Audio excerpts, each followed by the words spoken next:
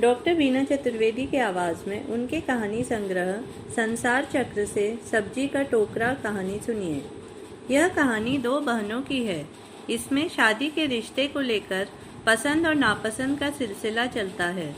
तभी बड़ी बेटी को पसंद करने वाले रिश्ते को वह यह कहकर ठुकरा देती है कि क्या हम कोई सब्जी का टोकरा है। सुनिए कहानी सब्जी का टोकरा। कॉलेज से आकर नंदा ने जैसे ही घर में प्रवेश किया तो उसके कानों में ठहाका मारकर हंसते हुए कविता बुआ की आवाज़ पड़ी। वह सोचने लगी, आज अचानक बिना बुलाए ही कविता बुआ का आगमन कैसे हो गया। कविता बुआ को जब भी बुलाओ 10 नखरे दिखाएंगे, अपनी व्यस्तता का बखान करेंगे और फिर एहसान जताते हुए हम लोगों के घर आएंगे।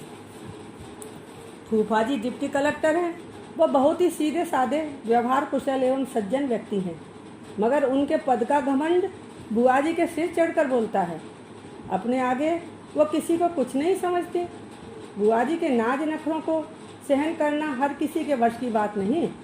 वह जब भी आती हैं अपनी घमंड भरी बातों से हमारे सिर में दर्द कर जाती हैं। पापा तो उनकी बातों को हंसकर टाल देते हैं। मम्मी उनकी सेवा शुश्रूषा में तन मन से लगी रहती हैं। उन्हें हमेशा यही डर सताए रहता है कि कहीं दीदी रूठ कर न चली जाएं। मैं बुआ को नमस्ते करके अपने कमरे में कपड़े बदलने चली गई। जब मैं कमरे से बाहर आई तब मैंने देखा कि बुआ मम्मी के साथ बड़ी गंभीरता से बातें कर रही थी। मैं उन दोनों की बातें सुनने के लिए कुछ क्षणों के लिए ठिठक गई। बुआ कह रही थी, देखो भाभी, ऐसा लड़का चिराग लेकर ढूंढोगी तब भी नहीं मिलेगा। अबीर मेरे दूर के रिश्ते का जाना पहचाना लड़का है। उसने अमेरिका में ही पढ़ाई की है और अब वहीं नौकरी कर रहा है। भाभी, ये रिश्ता मैं नंदा के लिए नहीं बल्कि सुरभि के लिए लाई हूँ। मम्मी बुआ से कहने लगी, दीदी आप कैसी बातें कर रही हैं। नंदा बड़ी है, उसके होते हुए मैं छोटी बेटी सुरभि का रिश्ता पहले कैसे कर सकती हूँ। पापा ने भी मम्मी की बात का समर्थन किया। उनको भी बुआ की बात मंजूर नहीं हो रही थी। बुआ कहने लगी, अरे तो क्या नंदा के कहाँ सुरभि को भी बैठाए रखोगे भैया। सुरभि के सामने भला नंदा को कौन पसंद करेगा। कितने रिश्ते आ चुके हैं मगर हर बार इसी वजह से ना हो जाती है। दीदी सही तो कह रही हैं, सुरभि की पढ़ाई भी लगभग पूरी हो चुकी है। वह अब आगे और नहीं पढ़ना चाहती। शादी तो उसकी भी करनी है। इस बीच नंदा के लिए भी लड़का देखते रहेंगे। यह माँ का स्वर था। बुआ कहने लगी, भाभी आप समझदार हैं। अभी पूरा अंग्रेज है, उसे भी आपकी सुरभि ही पसंद आएगी। अपनी सुरभि क्या किसी से कम है, लाखों में एक है। देखो भैया, अबीर कल आ रहा है। एक आध दिन वह आपके ही घर रहेगा। उसके बाद वह अपनी माँ के पास बम्बई चला जाएगा। वह देखभाल कर लड़की को अच्छी तरह से समझना चाहता है। इसी बीच नंदा उधर से आकर इन लोगों के समक्ष खड़ी हो गई और कहने लगी, आप मेरी चिंता नहीं करें पापा, मुझे तो अभी अपना करियर बनाना है। यह अंग्रेज सुरभि को ही सूट करता है। आपको परेशान होने की आवश्यकता नहीं है। कविता बुआ मंद मंद मुस्कुराते हुए कहने लगी, चलो अच्छा हुआ कि तूने सब सुन लिया। प्रशांत की 2 बेटियां हैं, नंदा और सुरभि। बड़ी बेटी नंदा बहुत ही सभ्य, सुशील और संस्कारवान है। तीखे नैन नक्श, दुबली पतली और लंबी। यदि कोई कमी है उसमें तो बस यही कि उसका रंग सांवला है। सांवले रंग के कारण ही उसे कई बार नापसंद किया जा चुका है। इससे वह आहत हो चुकी है। सुरभि भी अपनी बड़ी बहन के समान सुंदर नाक नक्श वाली है, मगर उसका रंग काफ़ी गोरा है। यही कारण है जो भी लड़के वाले आते हैं सुरभि को ही पसंद करते हैं। कविता बुआ कहने लगी कि अबीर बहुत ही स्मार्ट है। उसका लंबा कद, गुलाबीपन लिए हुए गोरा रंग और सुनहरे बाल हैं। अबीर का ऐसा रंग रूप अनायासी देखने वाले को उसकी ओर आकर्षित करता है। अपनी सुरभि भी तो कुछ कम नहीं है। लंबा कद, गोरा रंग, कटे हुए बाल, तीखे नैन नक्श, चुस्त जीन्स टॉप में होती है तब लोग देखते ही प्रथम झलक में उसे पसंद कर लेते हैं। अगले दिन प्रशांत और सुरभि अबीर को लेने के लिए एयरपोर्ट गए। सुरभि और अबीर प्रथम झलक में ही एक दूसरे के प्रति आकर्षित हो गए। अबीर के घर आते ही चाय नाश्ते का दौर चला। अबीर को देखकर सुरभि और उसके माता पिता बहुत खुश हुए। दोपहर के भोजन के समय प्रशांत ने अपनी बड़ी बेटी नंदा का परिचय अबीर से करवाया। उन्होंने अबीर से कहा कि ये मेरी बड़ी बेटी नंदा है, मुझे इस पर बहुत नाज है। स्कूल से लेकर कॉलेज तक की पढ़ाई में हमेशा टॉप करती रही है। अब इसका रिसर्च वर्क पूरा होने वाला है। पीएचडी की डिग्री मिलते ही इसे यूनिवर्सिटी में लेक्चरर के पद पर नियुक्ति मिल जाएगी। नंदा बेटी स्वभाव से ही बहुत धीर और गंभीर है। अबीर ने देखा कि नंदा का रंग भले ही सांवला है, मगर कमर तक लटकती हुई उसकी चोटी, छरहरा बदन, लंबा कद और तीखे नैन नक्श कुल मिलाकर उसके आकर्षण में कहीं भी कमी नहीं है। धानी रंग के सलवार कुर्ते में वह पूर्ण रूप से हिंदुस्तानी होने की छाप छोड़ रही है। प्रशांत कहने लगे कि पढ़ाई के साथ साथ मेरी दोनों बेटियां कुकिंग में भी बहुत होशियार हैं। दोनों की पसंद और नापसंद एक दूसरे से एकदम भिन्न है। नंदा को हिंदुस्तानी भोजन पसंद है, अतः वह हिंदुस्तानी डिशेज बहुत अच्छी बनाती है, जबकि सुरभि मैक्सिकन और चाइनीज डिशेज बनाने में निपुण है। इसी बीच इनकी माँ सुजाता अबीर से पूछने लगी कि आपको नाश्ता और भोजन में क्या क्या पसंद है। अबीर कहने लगा, आपने बहुत उम्दा प्रश्न किया है, मुझे चाइनीज़ और मैक्सिकन बहुत पसंद है। यह कहते हुए अबीर ने नंदा की ओर मुखातिब होते हुए उससे पूछा, आपको क्या पसंद है। नंदा ने तपाक से संक्षेप में एक शब्द में जवाब दिया, मुझे सैंडविच पसंद है। सुरभि असहज होकर कहने लगी, मैं यह सब नहीं खाती। सुरभि बातचीत करने में बहुत निपुण थी। गंभीरता से उसका दूर दूर तक कोई संबंध नहीं था। वह कहने लगी, मुझे तरह तरह का खाना बनाना पसंद है, पार्टी क्लबों में जाना पसंद है, जबकि दीदी को पढ़ना लिखना अधिक पसंद है। एस्ट्रोलॉजी इनकी हॉबी है। फिलॉसफी इनका पसंदीदा सब्जेक्ट है। दीदी फिलॉसफी यानी दर्शन शास्त्र विषय में ही पीएचडी कर रही हैं। अबीर कहने लगा, एस्ट्रोलॉजी? जिस चांद पर घूम घूम कर मानव आए दिन आ रहे हैं, उससे किसी का भविष्य बताना यह तो मूर्खता ही है। कंप्यूटर के युग में आप आज भी दर्शन शास्त्र में पीएचडी कर रही हैं। कहते हुए अबीर हंसने लगा। नंदा को अबीर की बातों पर बहुत गुस्सा आ रहा था।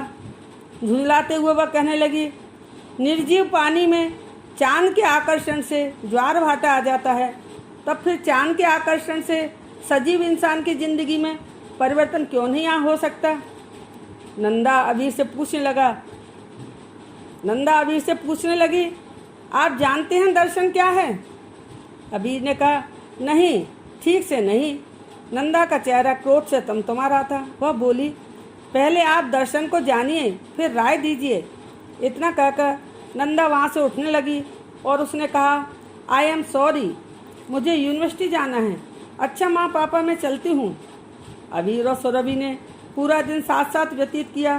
दोनों ने एक दूसरे को अधिक से अधिक जानने की कोशिश की। सब कुछ कविता बुआ के मार्गदर्शन में हो रहा था। अगले दिन सुबह उठकर नंदा ने चाय बनाई। चाय का प्याला हाथ में लेकर बगीचे में टहलते हुए पौधों में पानी देने लगी। पीछे हुई पदचाप को सुनकर नंदा ने मुड़कर देखा। अबीर खड़ा था। गुड मॉर्निंग, अबीर ने मुस्कुराते हुए कहा। नंदा ने पूछा, आपका मॉर्निंग इतनी जल्दी कैसे हो गया आज? अबीर ने जवाब दिया, रात को ठीक से नींद नहीं आई, बेचैनी सी रही। अंकल आंटी भी शायद ठीक तरह से नहीं सोए, लगता है हमें अपच हो गई। कहीं मेरी बातों से तो अपच नहीं हो गई आपको? कहते हुए नंदा व्यंग्यात्मक हंसने लगी। नंदा की कमर तक लटकती हुई चोटी और मोती के समान चमकते हुए दांतों को देखकर अबीर मुस्करा कर बोला, ऐसा ही लगता है, अब दवा भी आपको ही देनी होगी। नंदा ने झड़कते हुए कहा, थोड़ी कम पिया करिए शराब, कल भी आपने कई पैग लिए। अबीर कहने लगा, अरे यह सब तो चलता है, जिंदगी इसी को कहते हैं। जीवन में आनंद के क्षणों का अपना ही महत्व होता है, मगर महिलाओं को इस बात की समझ नहीं होती। नंदा ने अपने हाथ में लिया हुआ नींबू की चाय का कप यह कहते हुए अबीर को पकड़ा दिया, हो सकता है आप ठीक कह रहे हो, मगर मैं इससे सहमत नहीं हूँ। यह लीजिए नींबू की गर्मा गर्म चाय, इसकी आपको अभी ज़रूरत है, मैं अपने लिए और बना लूँगी। इसी बीच नंदा के पापा प्रशांत बगीचे में आ गए और नंदा अंदर चली गई। वह अबीर से कहने लगे, बेटा यदि तुम्हारी तबीयत ठीक नहीं है तो एक आध दिन रुक जाओ। अबीर ने जवाब दिया, ऐसा कुछ नहीं है, मैं ठीक हूँ, अब अच्छा लग रहा है, आप चिंता न करें, मेरी फ़्लाइट आज दोपहर की है, मुझे जाना ही होगा। अबीर के जाने के बाद शाम को कविता बुआ खुश होते हुए आई और कहने लगी, अरे भाभी, अपनी बिटिया के भाग्य तो खुल गए। कहते हैं ना, भगवान जब देता है छप्पर फाड़ कर देता है। सुजाता ने चहकते हुए कहा, अच्छा दीदी, अबीर ने हाँ कर दी क्या? कविता बुआ कहने लगी, हाँ तो कर दी भाभी, परंतु सुरभि के लिए नहीं बल्कि नंदा के लिए। कहता है कि मुझे हिंदुस्तानी संस्कृति के अनुसार पली बढ़ी और संस्कारमयी लड़की चाहिए। कविता तुम क्या कह रही हो? नंदा के लिए अबीर ने हाँ कर दी? कहते हुए प्रशांत खुशी से झूम उठे और नंदा की ओर देखने लगे। यह सब सुनकर नंदा हतप्रभ हो गई। वह एकदम चुप होकर देखती रही। पास में बैठी सुरभि अनमने मन से मुस्कुराने की कोशिश करने लगी। नंदा कहने लगी, पापा यह क्या तमाशा है? नंदा को जो देखने आता है वो सुरभि को पसंद करता है, सुरभि के लिए आता है वो नंदा को पसंद करता है। हमारी अपनी कोई पसंद नापसंद नहीं है क्या? बड़ी नहीं तो छोटी, छोटी नहीं तो बड़ी, ये क्या है? सुजाता ने नंदा को टोकते हुए कहा, बेटी हम लड़की वाले हैं, तुम दोनों की शादी उन्हीं लड़कों से होगी जो तुम्हें पसंद करेंगे। तुम्हें तो खुश होना चाहिए, पहली बार तुमको किसी लड़के ने पसंद किया है, और ऐसा लड़का जो किसी राजकुमार से कम नहीं। नंदा ने झुंझलाते हुए कहा, माँ, जिस लड़के का खान पान, रहन सहन और तौर तरीके कुछ भी मुझे पसंद नहीं, उस लड़के से सिर्फ इसलिए मैं शादी कर लूँ कि उसने मुझे पसंद कर लिया है? मैं इस शादी के लिए कतई तैयार नहीं। नंदा की बात सुनकर कविता बुआ को बहुत जोर से गुस्सा आने लगा। वह कहने लगी, वाह भाई वाह, क्या बात है, अब लड़कियां भी भले चंगे लड़के को नापसंद करेंगी। अबीर जैसे NRI लड़के के लिए तो लड़कियां लाइन लगाकर खड़ी रहती हैं, और तुम हो कि नखरे दिखा रही हो। उसने न जाने तुझ में क्या देखा, उसके लिए तो एक से बढ़कर एक सुंदर और सुशील लड़कियों के रिश्ते आ रहे हैं। तुम क्या समझोगी कि मैंने किस तरह से उसे यहाँ आने के लिए तैयार किया था? अब मुझे लग रहा है कि मैंने अपने जीवन की बहुत बड़ी गलती की। नंदा कहने लगी, बुआ मुझे उससे शादी कतई नहीं करनी है, आपकी जिससे मर्जी हो उससे उसकी शादी करवा दो। आप लोगों के कहने से आज मैं अबीर से शादी कर लूं और साल 2 साल बाद तलाक की अर्जी लगा दूं, यह आप लोगों को अच्छा लगेगा क्या? आप लोग समझने की कोशिश कीजिए। नंदा कहने लगी कि लड़कियों को समझते क्या हैं? जैसे लोग सब्जी बाजार में जाकर अपनी पसंद और नापसंद करके सब्जी खरीदते हैं, उसी तरह से लड़कियों को भी पसंद और नापसंद किया जाता है। क्या हमारी पसंद और नापसंद का कोई महत्व नहीं है? हम कोई सब्जी का टोकरा हैं? सब्जी की तरह लड़की को छांटते हैं, नापसंद करके चले जाते हैं। यह कहते हुए नंदा वहाँ से उठकर चली गई और सब स्तब्ध रह गए।